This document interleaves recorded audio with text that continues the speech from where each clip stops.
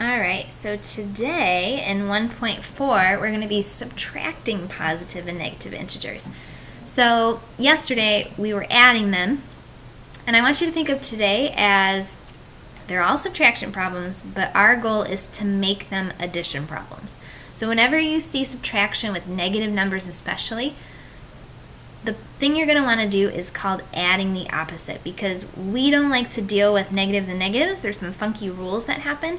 So I'm going to teach you how to make all these subtraction problems into addition problems, because we already know how to do that. Alright, so let's remember back from yesterday our three rules. If both terms are positive, you're just going to add like normal. Same thing with this. If you have like a 7 minus 5, you've been doing that since you were 5. So you can just do that like normal. Okay, don't let these rules trip you up. Same thing with both terms being positive. 7 plus 5, you've been doing that your whole life. So just keep with the rule there. Alright, if both terms are negative, here's where we might need our rule. You're going to add the numbers and make the answer negative. So both of these rules, if you remember back from yesterday, we used our term same sign add. Okay? Then we get to this third funky rule. If you have opposite signs, you're going to subtract the numbers and you're going to take the sign of the bigger number. So this is the one that trips us up sometimes, but you're going to remember this one by doing opposite sign subtract. So we're going to still use all three of these rules today, but like I said, your job is to make all of these subtraction problems, when necessary, you're going to make them addition problems. So here's how you do that. We're going to solve subtraction problems with negative integers by adding, like I said, adding the opposite. Or you're just making them addition problems. That's what you're doing. So you have example 1 here. This looks like a crazy problem. I don't even know where to start. Usually I would type that into my calculator, but we can't use our calculator. So let's break it down a little bit. We have negative 5 minus a negative 6. So since we have a bunch of negatives, what we can do is we're going to keep the same first integer. We have negative 5. Then we're going to add the opposite. So what's the opposite of a negative 6? Well, it's a positive 6. So this looks a little crazy right now, so let's rewrite it. Our new problem is negative 5 plus 6. This problem right here is going to give you exactly the same answer here. It's just more pleasing to the eye and the brain right now because we know what the heck is going on. So we have a negative 5 plus 6. You're going to use the same rule. It's an addition problem that we used yesterday. So which one of these rules would we use? Of course, it's the funky one, opposite sign subtract. So opposite sign subtract. Subtract them, we get 1. Bigger sign is positive, so we're going to keep it positive 1. So as you can see, you have a little bit of work to do by adding the opposite, but your problem should look just like yesterday, so you can use our normal rules. So let's look at this one. Example 2 doesn't look quite as funky as example 1, but it's still not too pleasing for the brain right now. So I'm going to leave that first integer exactly the same. Notice that I never changed that first term. Then I get to the subtraction sign. I'm going to change this to add because I'm adding the opposite. So I'm going to change it to plus. And I have a positive 5 here. So what's the opposite of a positive 5? Well, it's a negative 5. So let's rewrite it so it looks a little bit better. We have a negative 10 plus a negative 5.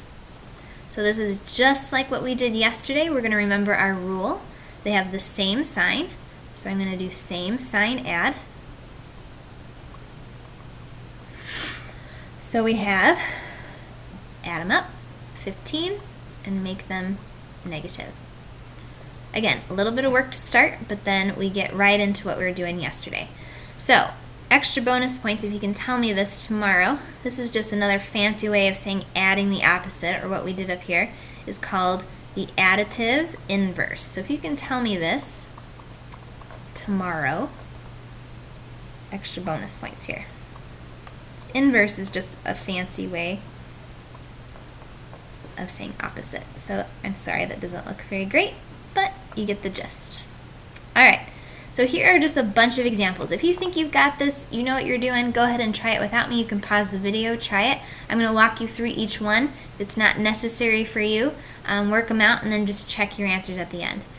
So, example 3, we have subtraction. This is an example of one that I wouldn't do any rule with it. You've been doing 9 minus 6 in your head for years. So hopefully you know 9 minus 6 is just 3. Okay, so don't get caught up in those rules if you don't have to. Example 4 is one that I would definitely use the rule for. Okay, you have 10 minus a negative 8. That's a whole lot of negatives going on. So I'm going to keep that first integer the same. I'm going to add the opposite. Opposite of negative 8 is positive 8. So I could rewrite it, or I can just see it how it is. I have 10 plus 8 is going to give me 18. Alright. Another one where I have a whole lot of negatives going on. So I'm going to leave that first integer the same. Change that subtraction to addition, add the opposite. So the opposite of a negative 7 is positive 7. So now I have negative 7 plus 7. Well, they're opposite signs, so if you need to, write that opposite sign, subtract. I didn't do that on example 4. So what's 7 minus 7? Well, the answer is 0. So remember, 0 can't be negative or positive, so it's just 0. Example 6, again I have a lot of negatives going on, so I'm going to leave the first integer the same. I'm going to add the opposite. So now I just have 9 plus 2, easy as pie, I get 11. Next one here, 15 minus 20. So you might think that looks like something like this one where I don't need the rule, but if you think about it, 15 is less than 20 and we usually don't subtract that way.